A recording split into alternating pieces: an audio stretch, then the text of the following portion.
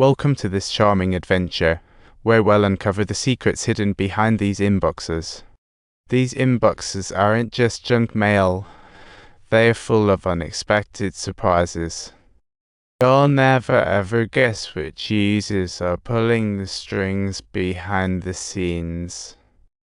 Clearly, these individuals are the masterminds hiding behind their inboxes.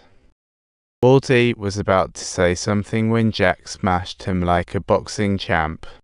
Little did they know, Amy's detective skills uncovered Baldy was a cop. This isn't good. Everyone exchanged awkward glances, hurriedly bailing out of the city. Jack, looking innocent, thought it was just about his buddy Calvin's case. Who would have guessed Baldy was the cop on the case? Driving that flashy truck makes them stick out like a sore thumb.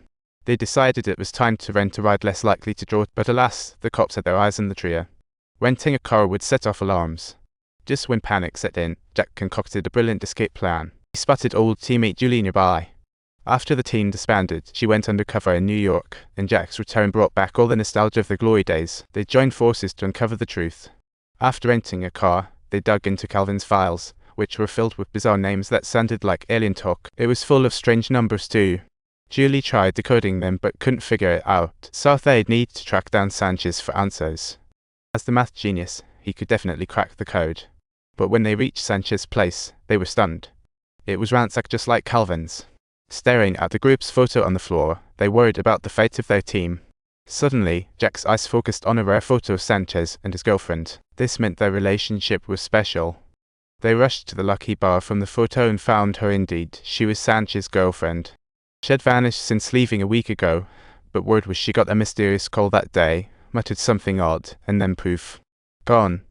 That phrase is a common one in casinos. Jack realized the case was casino-related. Those baffling numbers might be the secret code of gambling funds. Turns out, after Sanchez left, he became a casino guard, surely discovering a huge secret. They told the manager they suspected a $65 in gambling fraud. Such high-stakes bets are not going to be dealt with so easily. The manager mentioned that auditing the accounts would take some time and suggested arranging a luxurious suite in the hotel for them to stay tonight. They checked into a luxurious $20,000 a night presidential suite, but sleep was out of the question. Jack and Julie strolled under the stars, reminiscing their past. Just then, they realized they were being followed. Julie thought it was for the casino chips, but Jack sensed these guys had ulterior motives. Moments later, a scar-faced guy jumped out of a car, and they quickly hid in a nearby construction site. With the cops on their tails, they had no choice but to split up and tackle this chaos. The killer was coming straight for Jack. The guy slashed at Jack's shirt. Jack grabbed a tool to fight back, winning a fierce battle. Julie also managed to take down a henchman. But then, Scarface tossed a gun and randomly got taken out. Just in time, Jack swooped in for a heroic save. Scarface took a beating like a pie. Opa. Jack found his car keys and a phone hanging off them. Noticing a frequently contacted number, Jack made the call without any hesitation. Following a night filled with intense fighting, the casino manager came to them and said everything in the ledger was in perfect order.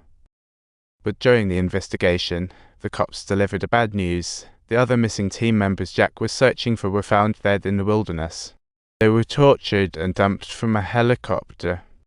Jack could no longer sit still, storming into a gun shop and snagging several handguns. The gang was thrilled with their new weapons and promptly set off for the new city. The only lead on the assassins was a parking card from the New Era company. They believed they would find useful info, but halfway there, a police car pulled them over. Talk about bad luck.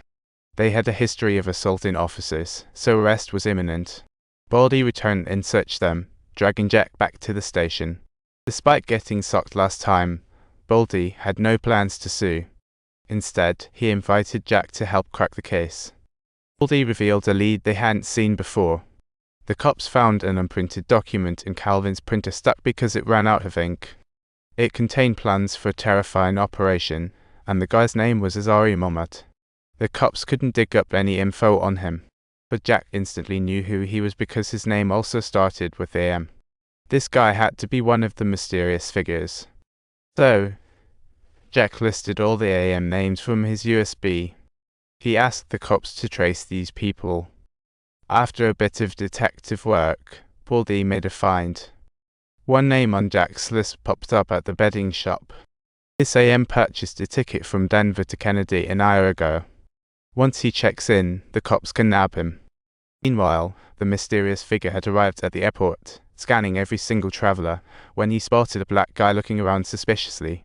On another side, another guy was also searching around, and realizing the danger, he boldly approached.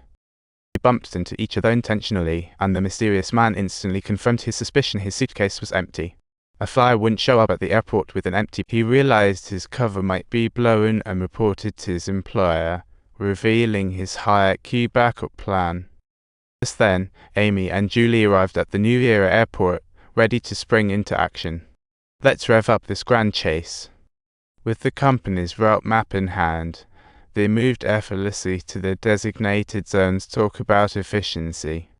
Once there, they began collecting data, everything in sight and out of sight, cramming it all into their packs. Jack stumbled upon a bottle of 82 Lafayette and, without thinking, tossed it in. They even snagged the company photo as they passed the hall. Time's up 2 minutes and 15 seconds. Everyone was back in the car except for Jack.